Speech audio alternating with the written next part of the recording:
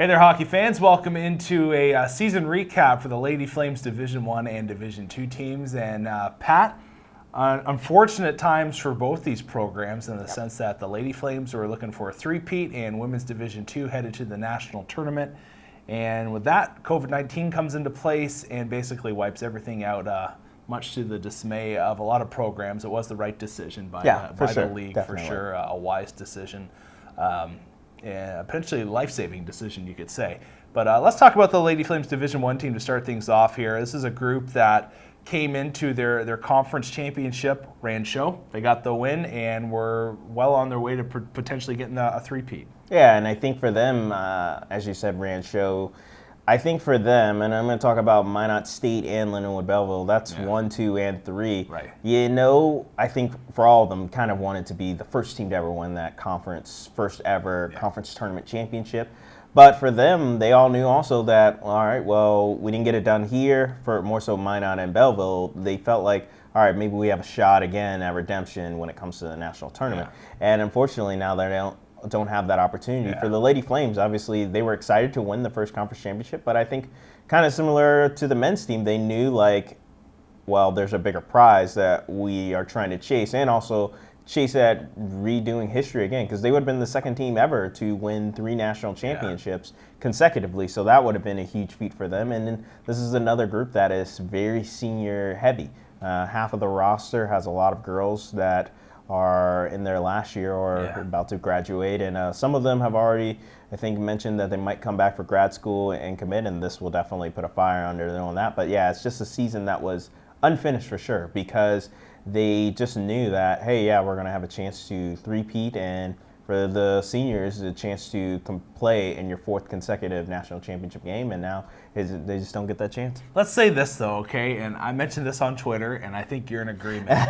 All right, you win your conference championship. As you said, it has teams number 1, 2, and 3.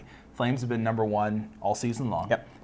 I think you can claim, just like UCF did back in the day in college football, yourself as national champion. I think they could, but I'm glad they haven't done this because of the fact that, because you never know, like obviously upsets happen, and you have to look at the national stage. I think for the tournament, this would have been one of the toughest runs the ladies had to have gone on. And the fact that they were going on the three-peat would have put the bigger target on them for teams trying to compete against them and going after them.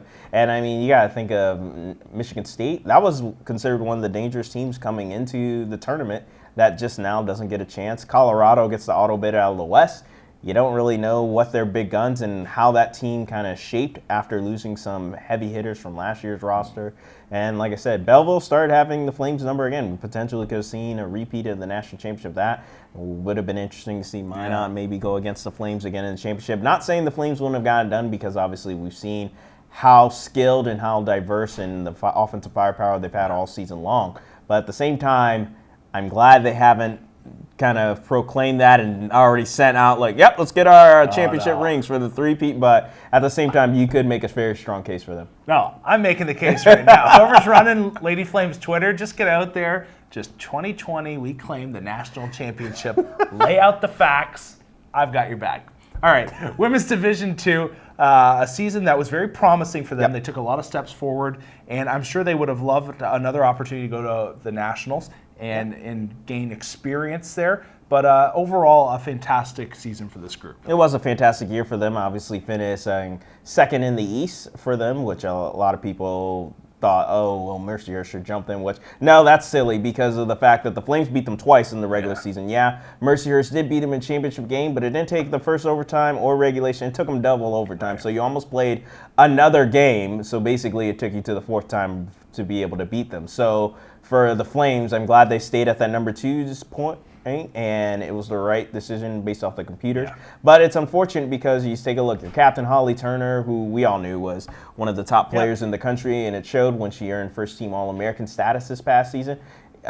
This was it for her. She doesn't get a chance to go back to Nationals. And for the Lady Flames, I think they thought potentially they had a shot to come out of their pool and maybe make that Final Four play. And now we'll never know. Good thing for them, they are returning a lot of girls. It's more so them being able to get the girls in town now to see the campus and recruit. Right. And then I think now they have a bit of a hiccup because now a lot of things were canceled as far as junior tournaments canceled towards the end of the season. And also they can't really bring anyone on campus for the said time being because of the regulations and things that are being limited of how many people you can have in a facility or in a building at a time. So, I mean, for them, it's all going to be about now with the recruiting trail, and hopefully they can bring those girls in to increase their depth. Yeah, for sure. Well, to all the seniors that are moving on from the Division I and Division II program, we want to thank you, Pat and I. Yeah. We've been able to watch you play for the last 4 years and just how you've built this program into Division I, especially into an elite program and all the ACHA, and you are the 3-time